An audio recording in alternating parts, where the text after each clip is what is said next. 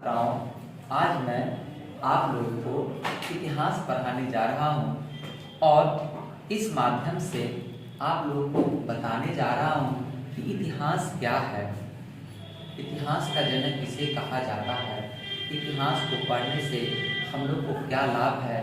इन सभी प्रश्नों का उत्तर मैं अभी आप लोगों को बताने के लिए जा रहा हूँ। कृपया आप सभी लोग ध्यानपूर्वक पढ़ाई करेंगे, यह मेरा नम्र निवेदन है आप सभी छात्र छात्राओं से। इतिहास दो शब्दों से मिलकर बना है। इति मतलब होता है बीता हुआ और हास मतलब होता है कहानी, अर्थात जो कहानी बीत चुकी है उसे वर्तमान में दोहराने की प्रक्रिया को ही हम लोग इतिहास कहते हैं। इतिहास शब्द संस्कृत शब्द से उत्पत्ति हुई है और संस्कृत के 3 शब्दों से मिलकर इतिहास का निर्माण हुआ है। इति, इति जोर ह जोर आस, आस, इन 3 शब्दों से मिलकर इतिहास का निर्माण हुआ है।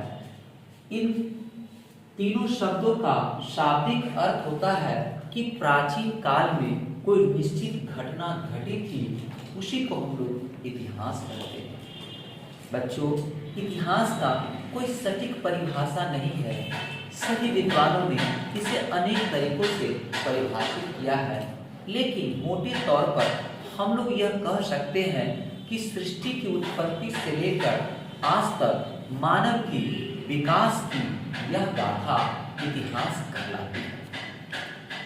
तो इतिहास का जनक इतिहास कहलाती है और इतिहास का जनक हेरोडोटस को कहा जाता है।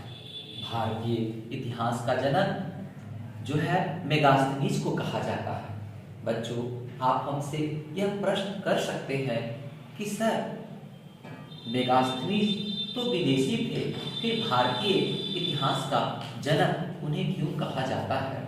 तो मैं यहाँ पर आप लोगों को यह बता रहा हूँ, आप लोग ध्यानपूर्वक इन बातों को अपने अंदर उतारने का प्रयास करेंगे।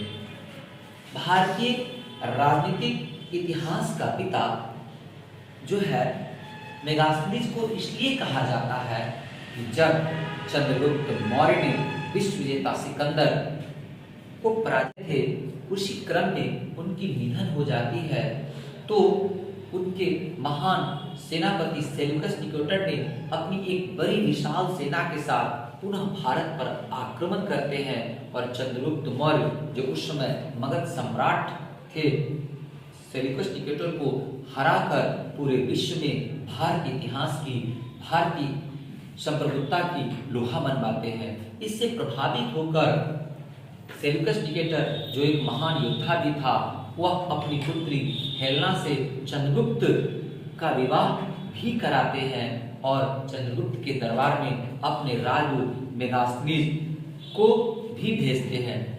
मेगास्थनीज चंद्रगुप्त के दरबार में राजदूत के पद पर सुशोभित होकर 14 वर्षों तक भारत के राजनीतिक, ऐतिहासिक, सामाजिक, आर्थिक, सांस्कृतिक सभी क्षेत्रों का गहन अध्ययन करके उन्होंने एक पुस्तक की रचना की, जिस पुस्तक का नाम है इंडिका। उससे पढ़ने से हमें भारत के इतिहास की बृहद जानकारी प्राप्त होती है। इसी कारण से मेगास्थनीज को भारत का राजनीति, भारत का इतिहास कारक ही कहा जाता है। यहाँ पर इतिहास के जानने के 4 स्रोत है। सर्वप्रथम ऐतिहासिक धर्म ग्रंथ है, दूसरा है ऐतिहासिक इमारतें, तीसरा है या विदेशियों के द्वारा यात्रा वृत्तांत और चौथा है पुरातत्व साक्ष्य विभाग। इन 4 प्रकारों से हम लोग इतिहास की जानकारी प्राप्त करते हैं।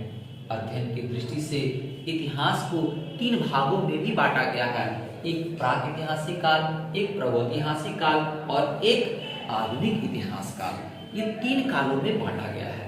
प्राक ऐतिहासिक काल उस काल को कहते हैं जिसका लिखित विवरण कुछ भी हम लोग के पास नहीं है।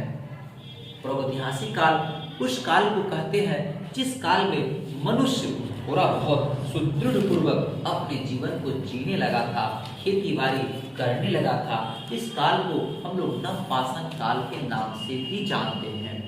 उसके बाद आता है आधुनिक इतिहास काल, जिसको हम लोग अनेक डाटा आंकड़ा सभी प्रस्तुत किए गए हैं और इनके बारे में हम लोग सही सत्य जानकारियां प्राप्त होती है।